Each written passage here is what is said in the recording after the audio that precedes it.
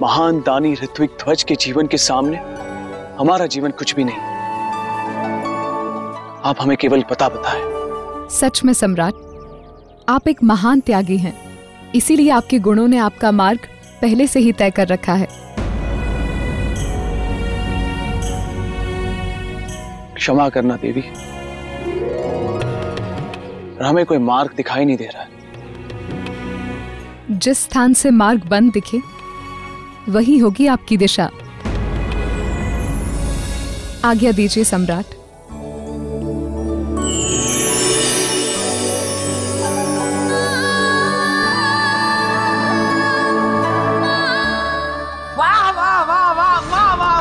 मजा आ गया, आनंद आ गया, मन प्रसन्न हो गया। मतलब जब से समूची सृष्टि का निर्माण हुआ तब से लेकर अब तक मेरे मित्र विक्रमादित्य जैसा राजा कोई दूसरा नहीं हुआ। वाह वाह वाह, धन्य है भारतवर्ष, धन्य है उज्जैनी नगरी और धन्य हूँ मैं जिसे विक्रमादित्य जैसा मित्र मिला। क्या कहते हैं राजा भोज? सच कहा आपने बेटा। सम्राट विक्रमादित्य जैसा राजा ना कभी था और ना होगा। देवी, अगर आप अनुमति दे दें तो मैं राजन से कुछ शब्द कहना चाहता हूँ। हाँ, इसके बाद मैं एकदम चुप रहूंगा, कुछ नहीं कहूंगा, चुपचाप बैठूंगा, लेकिन अनुमति दे दीजिए। ठीक है बेताल, कहिए। हाँ तो राजन, मैं ये कहना चाहता था, इस सृष्टि में दो तरह के पुरुष होते हैं राजन। एक होते हैं ज्ञानी पुरुष और दूसरे होते हैं अज्ञानी पुरुष। ज्ञानी पुरुष वे होते हैं जो सब कुछ जानकर भी अनजान नहीं बनते, और अज्ञानी पुरुष वे होते हैं जो सब कुछ जानकर भी अनजान बने रहते हैं, जैसे आप। क्योंकि आप जानते हैं कि मेरे मित्र जैसा राजा ना तो कोई हुआ है और ना होगा, लेकिन उसके बाद भी आप उसके सिंहासन के पीछे हट किए हुए हैं और देवियों को भी कष्ट दे रहे हैं, है ना देवी? सही कहा ना मैंने? सही कहा या गलत कहा, जो भी कहा बहुत कहा। अब मैं कहूंगी और आप सिर्फ सुनेंगे। तो राजन, सम्राट विक्रमादित्य उस स्वर्ण पोटली को खोजते हुए कठिन रास्ते पर चल पड़े, अपने लक्ष्य की तरफ।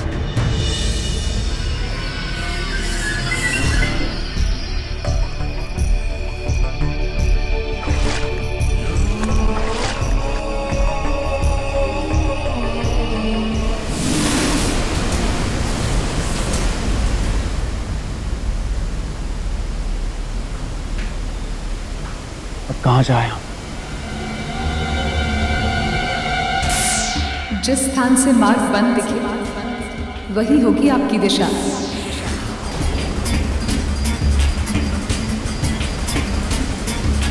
किंतु उस देवी के अनुसार जहां मार्ग दिखना बंद हो जाए वही हमारी दिशा है। इसका मतलब स्वर्ण पोटली प्राप्त करने का असली मार्ग इसी झरने के भीतर है।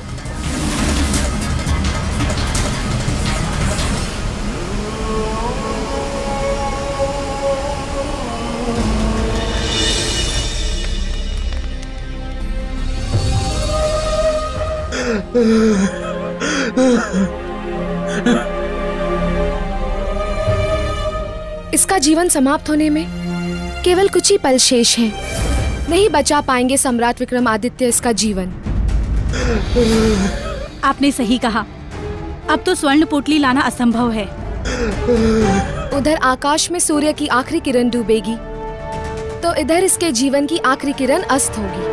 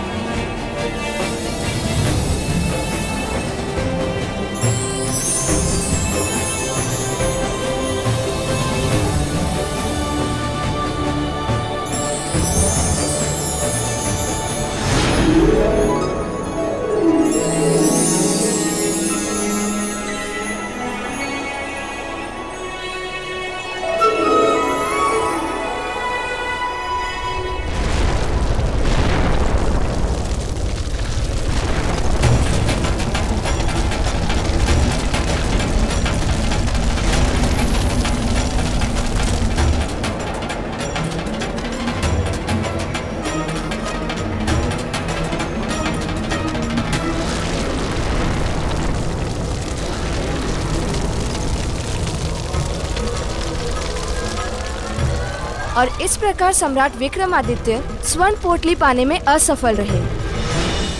राजन, क्या आप बता सकते हैं कि सम्राट विक्रमादित्य से क्या चूक हुई? क्षमा देवी क्षमा, लेकिन मैं ये बात नहीं मानूंगा, क्योंकि मेरा मित्र विक्रम त्याग का दूसरा नाम था। हाँ, मेरी बात नहीं सुनी। बेताल, हम वही कह रहे हैं जो हुआ, और वो सच में आश्चर्यचकित कर देने वाली बात थी। राजन, बताइए, इस पूरी परीक्षा में सम्राट विक्रमादित्य से कहाँ चूक हुई? बोलिए राजन, बोलिए ना। वैसे तो आप बहुत बोलते रहते हैं, लेकिन जब जब मेरे मित्र विक्रम का कोई प्रश्न आ जाता है, आप एकदम चुप्पी साध लेते हैं, धीर गंभीर हो जाते हैं, कुछ नहीं बोलते। लेकिन आपको बोलना होगा, इस प्रश्न का उत्तर देना होगा आपको। बोलिए बोलिए बोलिए, बोलते क्यों नहीं? आप क्यों मौन है? आप बोलिए, आप सोच। बेताल! क्षमा देवी क्षमा, मैं मुझे कुछ कीजिएगा मत। मैं चुप रहूंगा, मैं कुछ नहीं बोलूंगा। मैं यहाँ से चला नहीं जाऊंगा, मैं यहीं रहूंगा, पास में जाकर मैं बैठ जाऊंगा और आपको देखूंगा।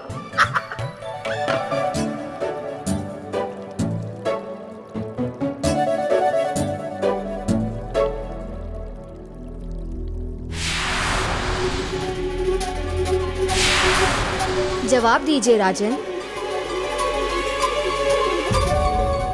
लक्ष्य को प्राप्त ना करना असफलता नहीं होती देवी। तो क्या असफलता है? हाँ देवी, सच्चे अर्थ में त्यागी पुरुष के लिए सफलता होती है कि मृत्यु को अपने सामने देखकर भी अपने प्रयास से पीछे नहीं हटना। सच्चे त्याग की यही परिभाषा, दूसरों के लिए जीना और दूसरों के लिए मरना। ऐसे महात्यागी पर संदेह निराधार। वाह राजन, त्याग जीवित व्यक्ति करता है, मरा हुआ व्यक्ति ना तो सफल होता है और ना ही त्याग करता है। और सम्राट विक्रमादित्य मृत्यु के कगार पर थे। देवी, जिस व्यक्ति में दूसरों की भलाई के लिए अपने जीवन को त्यागने का साहस होता है, उस व्यक्ति की ना तो कभी मृत्यु होती है और ना ही पराजय। वो अमर होता है और उसके लिए परिस्थितियों को भी बदलना पड़ता है, क्योंकि त्याग कभी निष्फल नहीं जाता।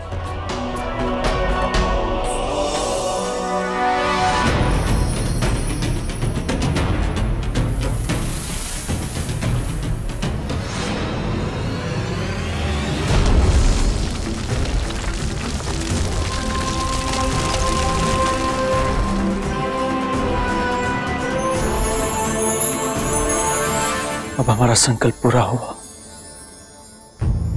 पहुंच गए स्वर्ण पोटली के पास। अब हमारे मित्र को बचा लेंगे हम।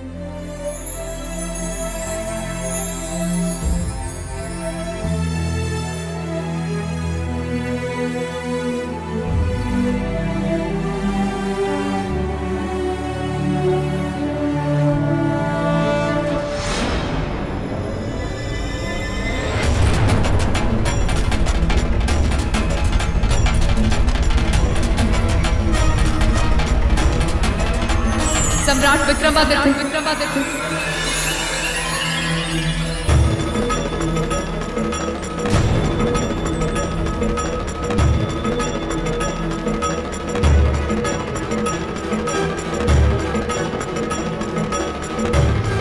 देवी आप?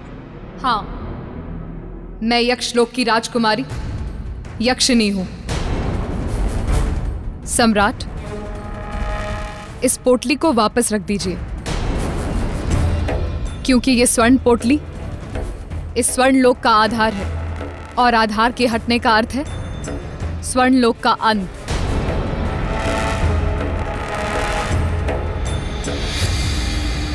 क्षमा करना देवी, परंतु ये स्वर्ण पोटली हम आपको वापस नहीं कर सकते, क्योंकि ये किसी के जीवन का आधार है, और इसे वापस करने का अर्थ है उसके जीवन का अंत। किसके? हमारे मित्र मित्र? ऋत्विक ध्वज, स्वर्ण पोटली से जीवन की रक्षा? किंतु जीवन की रक्षा तो दवा से होती है ना? बीमार मनुष्य की रक्षा दवा से होती है देवी, परंतु हमारे मित्र बीमार नहीं है। तो फिर?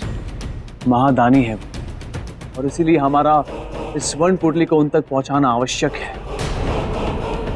कृपया हमें इसे ले जाने का मार्ग बताएं, जिससे ये स्वर्ण लोक भी नष्ट न हो। और आप इस पोटली को भी साथ ले जाएं। हाँ देवी। तो फिर इसे यहाँ से ले जाने का एक ही मार्ग है। वो क्या है?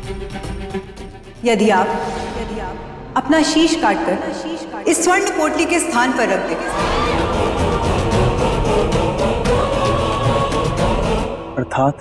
अर्थात जिस प्रकार शरीर के लिए शीश महत्वपूर्ण होता है, उसी प्रकार इस स्वर्ण लोक के लिए यह स्वर्ण पोटली महत्वपूर्ण। यदि आप ऐसा कर पाएं तो स्वर्ण पोटली आप।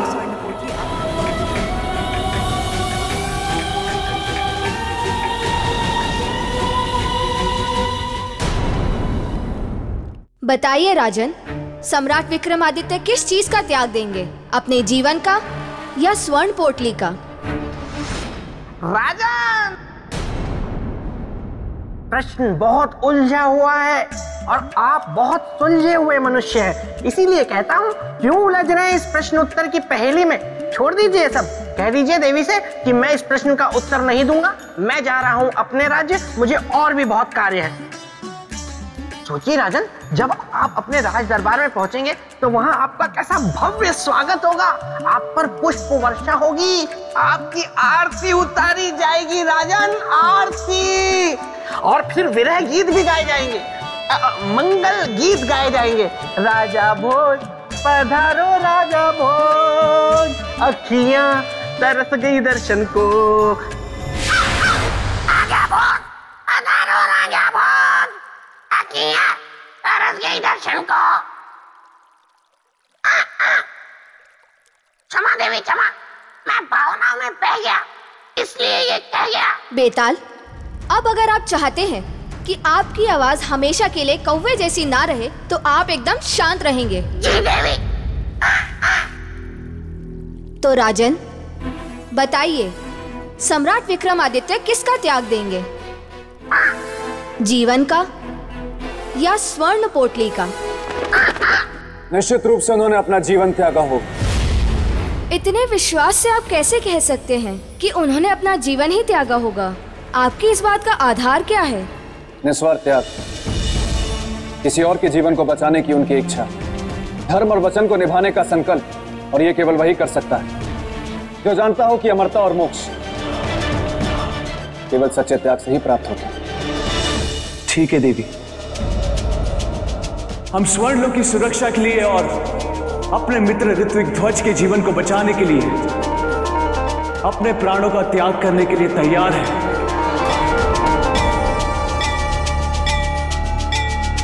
किंतु इसके बदले में आपको मेरा एक काम करना होगा देवी। क्या? हमारी मृत्यु के बाद आपको ये स्वर्ण पोटली हमारे मित्र ऋत्विक ध्वज को जाकर देनी होगी।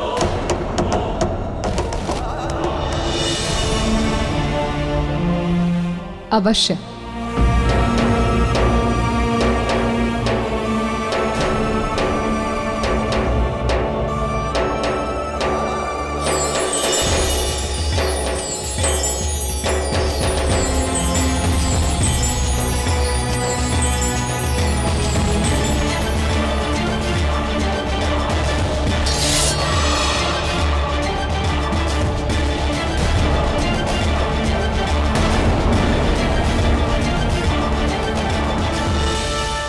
हे परमपिता, अब साक्षी है हमारे इस प्राणों के त्याग के।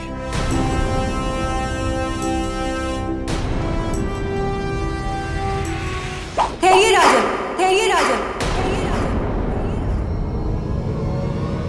मैं तो आपकी परीक्षा ले रही थी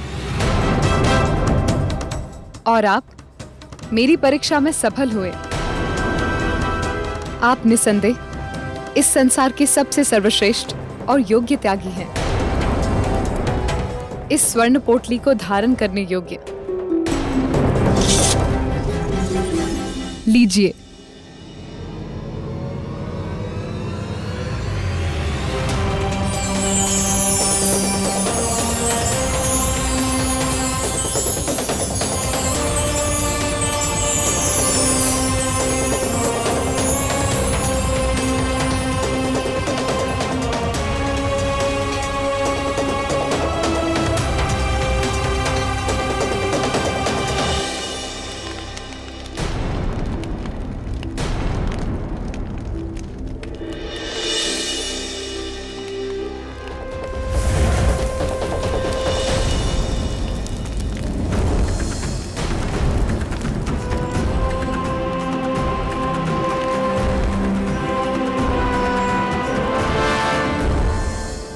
आंखें खोलो मित्र।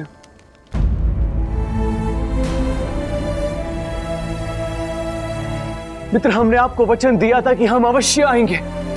आंखें खोलो मित्र। देखो, हम स्वर्ण पोटली भी लाए हैं।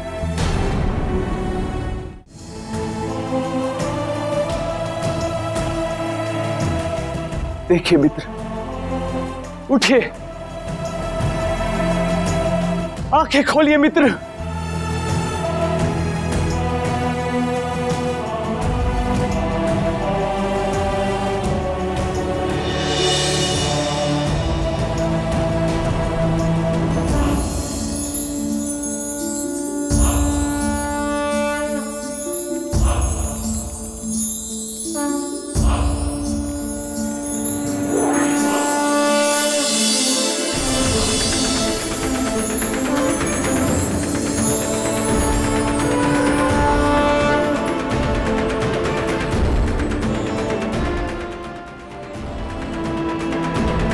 मित्र,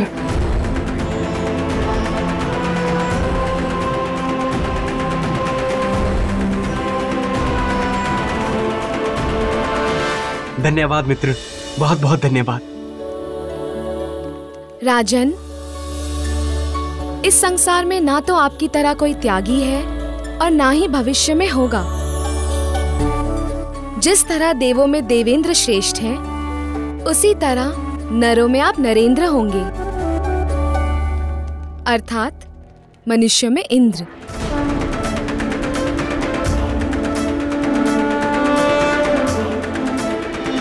तो ऐसे थे हमारे सम्राट विक्रमादित्य।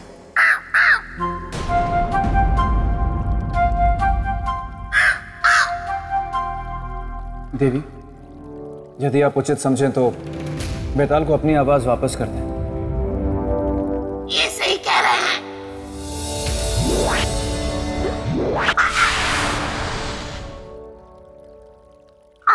कौवा उड़ गया। धन्यवाद देवी, धन्यवाद धन्यवाद धन्यवाद देवी।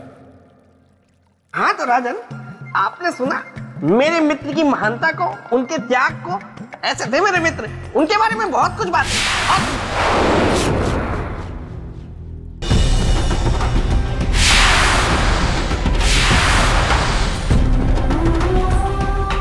इसलिए इस सिंहासन को धारण करने के लिए सम्राट विक्रमादित्य के समान त्याग का होना आवश्यक है।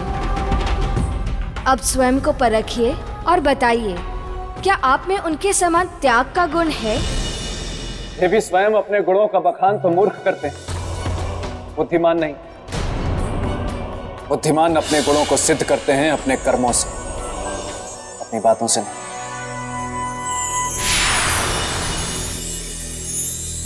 राजा भोज, कोशिश चाहे कितनी भी बार कर लो, बातें चाहे कितनी भी बड़ी बड़ी कर लो, लेकिन मेरे रहते मेरे मित्र के सिंहासन पे तो नहीं बैठ पाओगे।